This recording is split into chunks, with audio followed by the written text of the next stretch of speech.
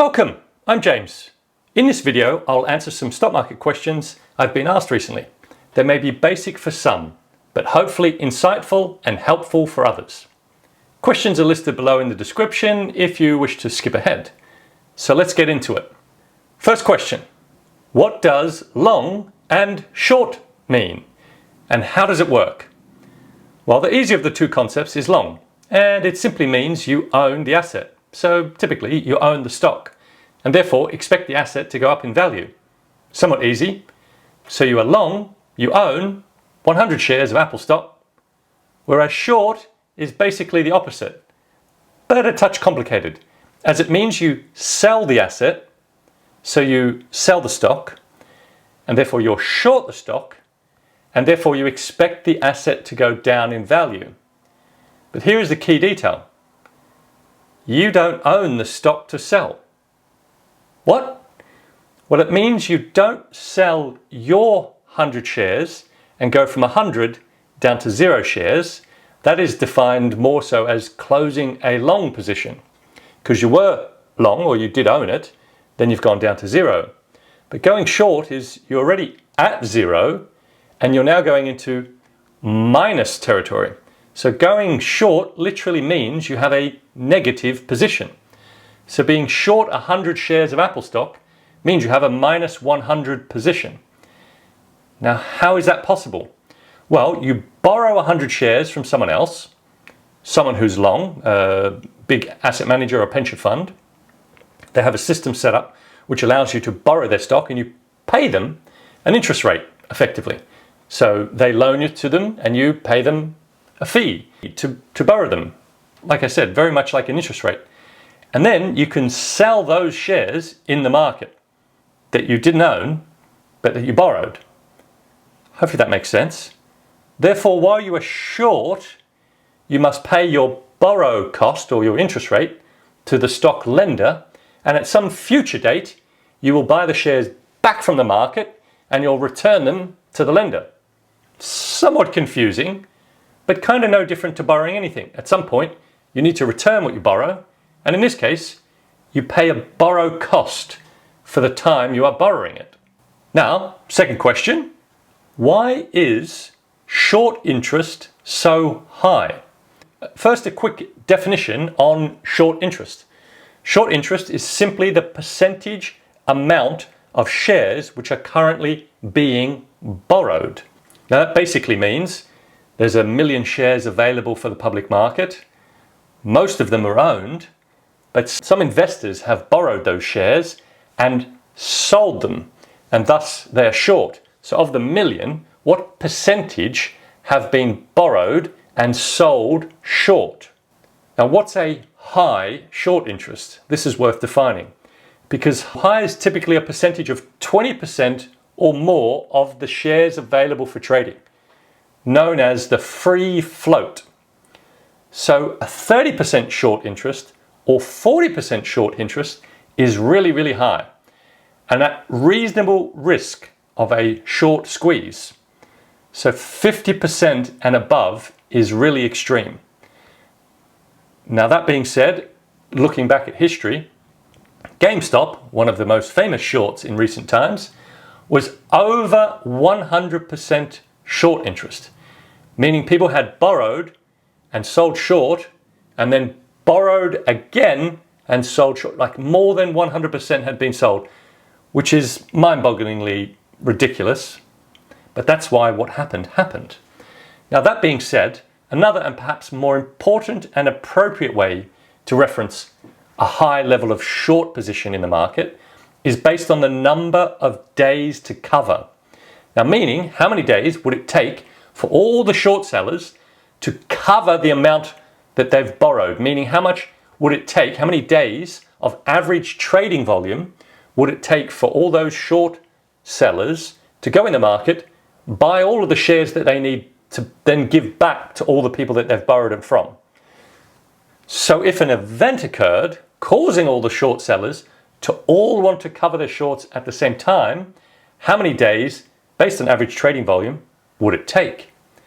Now, typically, again, for reference, anywhere above 5 days is considered squeezy, meaning at the risk of a short squeeze. And the risk rises very quickly above 5 days. So anywhere close to 10 days is very squeezy. Now at the lower end, even sort of 10% short interest can be considered decent pending the size of the stock and the amount traded per day. Now as a final and further reference, both the average and the median short interest for all the S&P 500 constituents, obviously the biggest stocks in the US, is around just 2%. And at the extreme high end, only 3 stocks in the S&P 500 currently have a short interest of around 10 to 12%. So overall, 500 stocks, that's quite low by comparison to some of these events in history. Obviously, they're somewhat rare events where you have these extreme short positions and therefore extreme short squeezes. Now back to the question, why is short interest so high? Well, short interest usually signals a strong negative or bearish sentiment in that stock. As being short a stock means you expect the value of the asset to decline. So the higher the percentage, the more negative the sentiment. Now this often means investors consider the current valuation as too high. So the sector is in some sort of decline and or some sort of significant negative event is expected soon. Now, for example, weak earnings might be due this week or tomorrow. There might be suspicion of fraud on their accounting or in other ways. There may be lawsuits, there may be regulation changes, there may be competitors' products that are being more successful. There may be some sort of pivotal product which they're hinging all their future on, which is looking like it might be a failure or not as successful as they hoped. So there's some of the reasons why larger short positions may begin. But if you want to watch my video on some of the lesser known reasons why investors are short, then click up here for that video. Third question, what is a short squeeze? Well, simply put, if a stock starts rising, then any short holders, meaning investors that will make money if the stock goes down, will start to get squeezed or pressured into buying back their short position as it's going away from them and they're losing money. Now that's a rather simple definition, but in reality, it typically only occurs in a somewhat extreme way when the stock moves significantly higher, say 20% or much more, and especially if it's linked to good news, thus suggesting the stock will likely continue to go higher and there is a significant short position by one or many investors. So what happens if the stock is going higher? Investors that are currently short are expecting it to go lower, so they're losing money because obviously the opposite is happening. The shorts start to buy back their losing short trade, and that makes the stock, what? Obviously go up higher even faster. So other short holders start to buy back their position, and hence you start to see this sort of parabolic, sometimes vertical line where one after the other becomes desperate to buy more and more and more. And it's kind of like many people trying to squeeze through a small door and a panic begins and it can't really happen. So hence the phrase squeeze, too many trying to go through a small gap or too many trying to buy a small number of available shares or products or whatever. And obviously therefore it can't happen. So you get this, either parabolic type curve or you get the really extreme vertical lines. Now some of the most famous squeezes in history are Volkswagen back in 2008, where Volkswagen went up something like 5 times over 2 days from about 200 euros to over 1,000 euros. Fascinating story and worth reading about. So then basically a car company briefly became the most valuable company in the world before crashing back by almost the same amount over the coming days. Obviously in recent times, by far the most famous is obviously GameStop, diamond hands. In 2001, during COVID, where short interest had exceeded over 100% of available shares, which is utterly absurd, and GameStop shot up something like 25 or 30 times in a month and crushed the then massive hedge fund, Melvin Capital. So it's definitely good to be aware of how these somewhat rare events but extreme events can occur. Therefore, to be a bit safer, potentially a better way, if you're ever considering being short a stock, is to buy a put option, which is a great segue into the fourth question. And that is, what is a put option? Well, a put option in basic terms is a financial derivative contract that simply provides the holder the option, not the obligation, to sell or put an asset, typically a stock, at a predetermined price within a specified period, or more commonly on the expiration date. So to illustrate this with one of the main use cases for most investors is if you own a stock and you wish to take out insurance for a period of time against that stock going down, and that insurance is a put option. So what you do is you buy this put option. It gives you insurance for a period of time that if the stock goes below the set price, so you agree a price, you can buy put options at basically any price you like, then over that defined period, and you can buy put options basically for any period you like, a week, a month, many months, etc. Then if the stock goes down during that period, you will have the option to exercise your option and sell your stock at the previously agreed price. Yay! What a nice idea, right? Now, another main use case is you can buy a put option as a way of expressing a negative view on a stock and therefore artificially going short a stock, mind you, for a fraction of the price by just paying the option price or the option premium. Thereby meaning you will have the option to sell the stock at the predetermined price, say today's price or any other price that you like, during the option period, say the next 2 months or whatever time period you like. And if the stock goes below the agreed price, then you make money by the stock going down below your threshold. You buy the stock back at the lower price in the stock market, and you use your option to sell that currently bought stock at the previously agreed higher price. Well, yay! And that's kind of the basics of put option that most new investors should consider learning about and potentially using. Moving on, fifth question. What is now a call option? A call option is a financial derivative contract that provides the holder the option, not the obligation, to buy or call an asset, again, typically a stock, at a predetermined price within a specified time period, or more commonly on the expiration date. So to illustrate this with one of the main use cases for most investors is you wish to own a stock because you think it will go up in value. Sadly, you do not have sufficient capital available to buy 100 shares. So instead, you buy a single call option. This will give you the same exposure, the same benefit of 100 shares, but it will give it to you at a fraction of the price. If the stock goes up as expected, you can exercise your option. You can buy the stock at the previously agreed lower price, but the key issue being you can only buy during the predetermined period. So therefore, if your timing is somewhat off, you're expecting it to go up soon because there's some event coming, earnings or whatever else, the stock does not go up sufficiently above the level that you've chosen. You can pick a price at basically any level. It goes up or doesn't go up at all, and then you don't have the option to exercise because it's not above your price. You lose the money you paid on that option. Another common use case for call options is income enhancement. Now, what does this mean? This means if you own a stock, say 100 shares of Apple, and at the moment people are saying that, or suggesting that Apple is overvalued. The likes of Warren Buffett has sold a large amount. So maybe you want to hold your stock, but you're worried it won't go up quite as much over the coming months. So what do?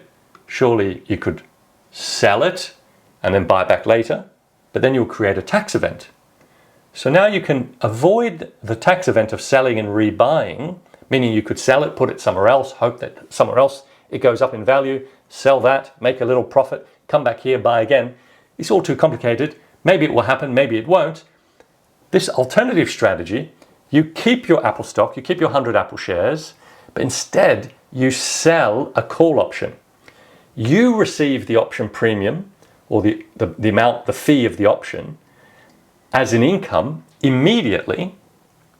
Then as long as the stock doesn't go up above the agreed option price during the option period, then there's nothing further for you to do, and you've just enhanced your return or your income in a sideways moving market, or perhaps even a slightly downward market, and therefore you can sell another option each week or each month if you have the same view. If you're expecting the stock to track sideways, you don't really want to sell it and create a tax event, but you want to continue to hold it, perhaps every month you just sell a call option relevant to your shares. Now obviously one call option represents 100 shares. So if you own 100 shares, you sell one option. If you own 1,000 shares, you sell 10 options. Now it is generally a good idea to avoid doing this in months where significant news may be revealed or will be revealed, like the months where earnings will be announced 4 times per year typically, or other big events. So just be aware of that, because they're the months where stock prices are likely more volatile, and if the stock is above your agreed price on the call option, or you could sell one which is obviously has a higher call price. So if it's trading at 100, instead of selling at 100 or 105, you could sell at 115. Obviously you'll get in much less premium, but you're buffering in a much higher probability of a move, so that you don't have a risk of being exercised and therefore having to sell your stock to that call option buyer, and then having your tax event because now you've sold your shares. So moving on, 6th question, is the good news priced in? Now what does this mean, and why making a lot of profit doesn't necessarily mean it's the best stock to buy? Now this is quite a fun question that many new investors do not quite understand. Now logically we all know stocks are just companies. Companies are supposed to make a profit and ideally build better products and services than their competitors do. So then we have amazing companies that tick all these boxes, great products, making a huge amount of profit, good management, etc., etc. But these stocks still sometimes go sideways, or worse, they even go down for periods of time. So why is that? Well, sometimes all that great future story, these rock star products that are going to be launched, market domination, etc., etc., all of these good points are already factored into the current price of the stock. Assuming that's correct, not always correct, but often correct. So meaning it is rarely the news we know about that moves a stock. As once the news is known, then the stock market has a chance to include that news in the current stock price. So typically only new news moves a stock. Now this also aligns with expectations. This is the second sort of level of this whole idea. Meaning if expectations are for profit to go up by 20%, they haven't yet gone up by 20%, but just expectations of the profits are to go up, and they instead only go up by 15%, then in isolation, obviously it sounds amazing. Profits have gone up 15%, yay, company's grown its profits. But as the market was expecting 20%, it's actually bad news. It's actually a disappointment. So as investors, we all need to know whether the news we are currently thinking about that may have just come out or been talked about in the press or wherever you're getting your news, is that news already factored into the stock price? And importantly, how does the news compare to expectations of that news? Now this is sometimes hard to do, but it is really a fundamental key to understanding stock values and stock moves. So therefore, if news is already known, iPhones are going to be released at the end of the year. When the iPhone gets released, it's not really new news. If expectations of the new iPhone are to have 17 cameras on the back, and it comes out with 17 cameras, then again, not new news. If it comes out with 24 cameras or 7 cameras, then that's different to expectations. So then finally, the only other last piece of the jigsaw puzzle is when news comes out that was not expected and was not known about, that's when you get the most significant moves in a stock. That is the most unique type of news. But news that was already known to be coming and it comes out in line with expectations is kind of old news. It's already in the price. So even though it may sound great and it may be great news, if it was already known that it was coming and expectations had expected it to come in the way that it comes out, then it's not really a big deal. And thus the phrase, the good news is already priced in, or the news is already in the stock, meaning it's already in the value. 7th question, why does everyone quote PE multiples and use this sort of other language for stocks? Well, everything in the stock market is a relative comparison, meaning how can we easily compare an auto company like Ford against a beverage company like Coca-Cola? Just the same as how can we compare a company making $1 billion to making $100 billion? We do this by creating standardized valuation metrics because investors need a way to be able to decide between investing in stock A and stock B. So we need to compare them as fairly as possible. And the PE multiple and other metrics like that help investors compare stocks to each other. So otherwise, it might be as simple as buying Apple, which makes $100 billion profit each year. So clearly that's an insane amount of profit, but it's currently valued at $3.7 trillion.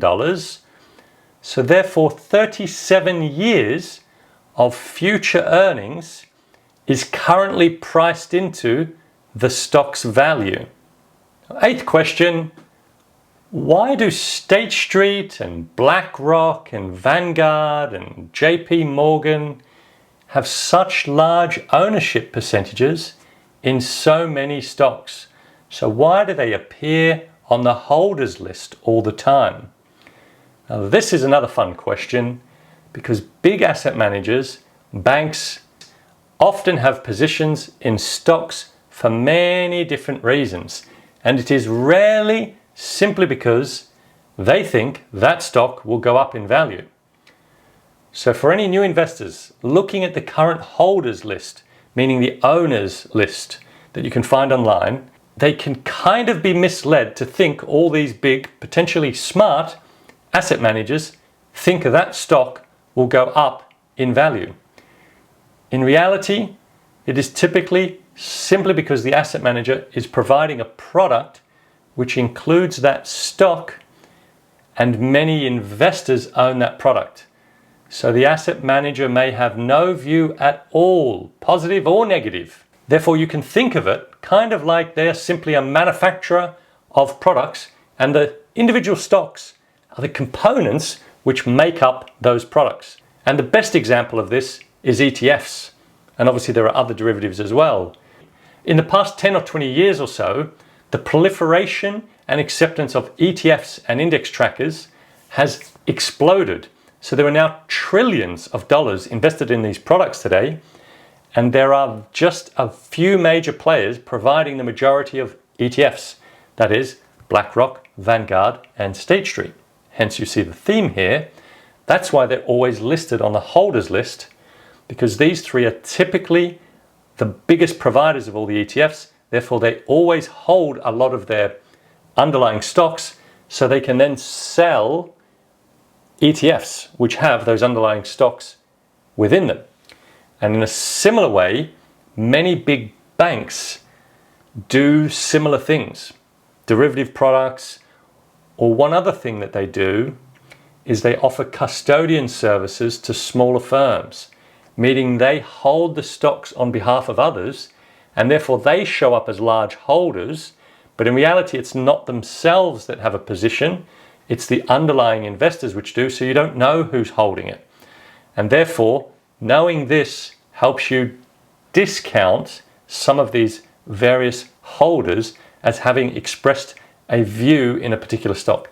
It doesn't mean that they're long, i.e. that they own it and that they want to it to go up in value. And therefore these holders lists get updated every month. And you can get misled by thinking that these big holders are adding more each month. Thus, they're buying more, they want to own more of it. Or the opposite, they're selling some and therefore they think it's going to go down. It's not necessarily, and often not at all, their decision. It's more that they're having withdrawals from the ETFs, they're having redemptions of the ETFs, they're having sellers of the ETFs, so they're selling down their position, or they've closed a particular fund, or any of the reasons that are sort of a little bit more nuanced and behind the scenes that don't actually mean that they're expressing a view of confidence or lack of confidence. So you're better off looking at things like insider holdings, which is CEOs and CFOs and other management people that are altering their position. But sadly, even then, sometimes they just want to buy a house or pay for something else, which is why they're selling some shares. So typically, buying by insiders is a very positive sign, whereas selling by insiders can be due to many reasons. So typically every year, the senior management team, CEOs, etc., get given stocks or stock options. They exercise those options over various time periods, and they may have made public announcements which say, I sell half of my stock once my options vest, and therefore there's a standard selling schedule for these CEOs, and it's got nothing to do with the performance of the stock. It's just a way of them getting some money for their fancy lifestyles or whatever, and by making those public announcements so that investors know in advance and do not assume it is because they think the stock will be going down soon. So now, ninth and final question for today. Why do I say share price is largely irrelevant? This is another concept many new investors do not quite understand. Share price is totally irrelevant in that it is simply the price derived by slicing the company into a random number of pieces, the number of shares. So for example, if the company was sliced into 1 million shares and it was priced at $100, its total value is therefore $100 million. Million shares, 100 price, $100 million company. Whereas if it was just arbitrarily sliced into 2 million pieces, then the price is now halved, $50, but the total value is the same. 2 million shares times by $50, therefore total value $100 million, thus identical. So the true value is actually defined as the market capitalization, which is the stock market word for company value. So the stock price is simply market capitalization, or total company value, divided by the number of shares issued. Now, which is a kind of totally made up arbitrary number, because over time, the number of shares issued changes with events like stock splits or reverse stock splits, rights issues, meaning the company sells more stock, stock options paid to company directors like CEOs and CFOs and etc., or stock buybacks by the company. Now, all of these various events change the total number of shares outstanding. And all of these events must be publicly disclosed. There are rules around when they can do them, how they do them, by putting them into their financial statements, typically ahead of time, so investors are aware of them. So when you hear a stock is priced at $5,000 per share, and another stock is priced at just $50 per share, you got to know that the $50 stock could be a much bigger and more valuable company, even a $5 stock or a $1 stock, as what actually matters is the number of shares multiplied by the stock price and therefore company value, as I've said, referred to as market capitalization.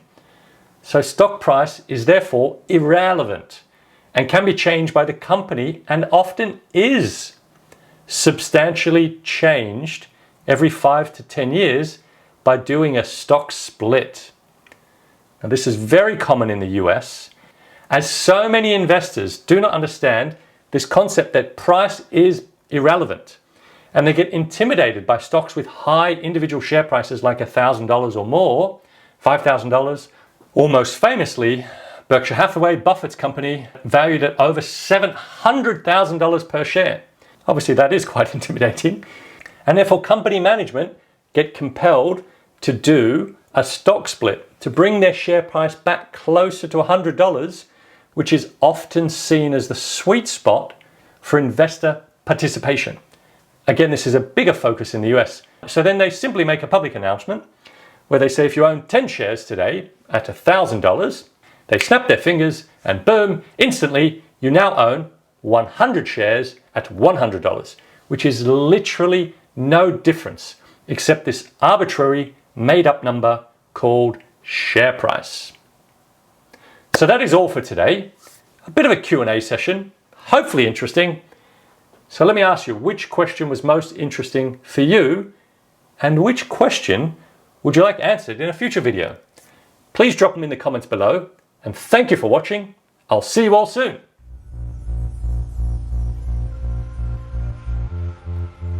The preceding content is informational only and based on information available when created. It is not an offer or solicitation, nor is it tax or legal advice.